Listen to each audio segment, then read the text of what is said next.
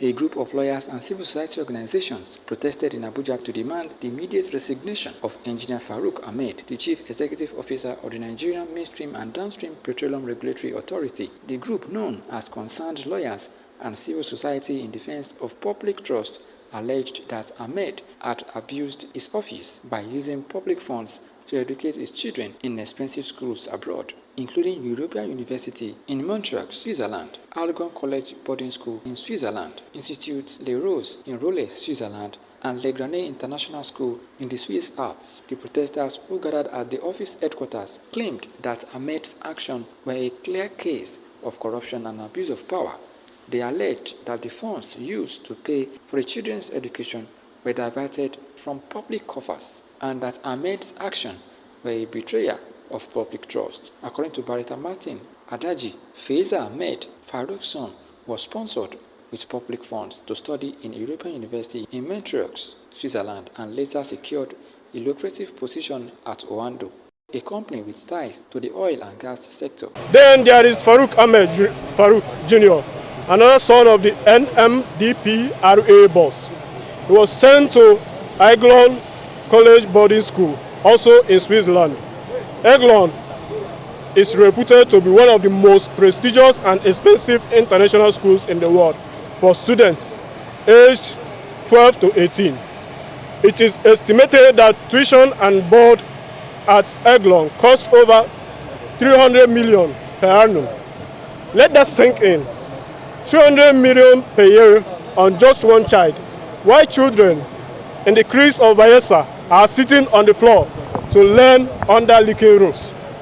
Ashraf Ahmed was sent to Institut Le Rosey in Rolle, Switzerland, also known as the School of Kings. It is famous for educating European royals and business elites. Le Rosey's fees are estimated at 230 million naira per year, and that excludes private coaching, travel, and other expenses. What justification is there for such extravagance in a country where over 133 million people are classified as multidimensionally poor? And what of Farah Farouk? She enjoys a life of privilege at Garenne International School, also nestled in the Swiss Alps, and has taken courses at the NIIT campus in Pune, India.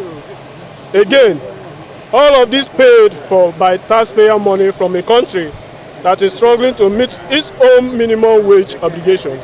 The protesters, however, demanded Ahmed immediate resignation and full-scale investigation into the Nigerian Midstream and Downstream Petroleum Regulatory Authority's financial records, the recovery of any public funds used to educate his children. They also called for Ahmed's prosecution under the Public Procurement Act and the Code of Conduct Bureau guidelines. The protesters further demanded that any recovery of funds be channeled to rehabilitate schools in Nigeria's most devastated oil-producing communities. They warned that if their demands are ignored, they will return stronger, louder, and more resolute, occupying every relevant space to demand justice and accountability.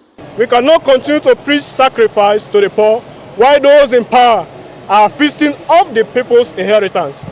This protest is a serious and urgent call to action. We have stormed the NMDPRA headquarters because that is where this betrayal was planned and from where it was executed.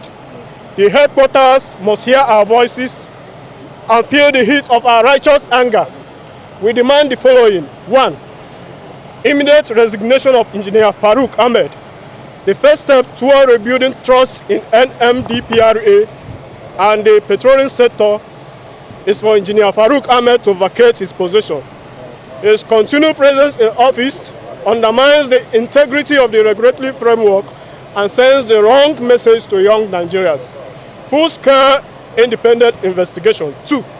We call on the Economic and Financial Crimes Commission, the Independent Corrupt Practices Commission, and the National Assembly to immediately open an investigation into the financial records of NMDPRA under Ahmed. Every dollar, every naira must be accounted for. 3. Seizure and recovery of funds. We demand that the federal government move swiftly to identify and recover public funds allegedly used to fund the private education and luxury lifestyle of Ahmed's children. The funds should be redirected to educational development programs in petroleum host communities. 4. Prosecution for abuse of office. Engineer Ahmed must not be allowed to work free if found culpable.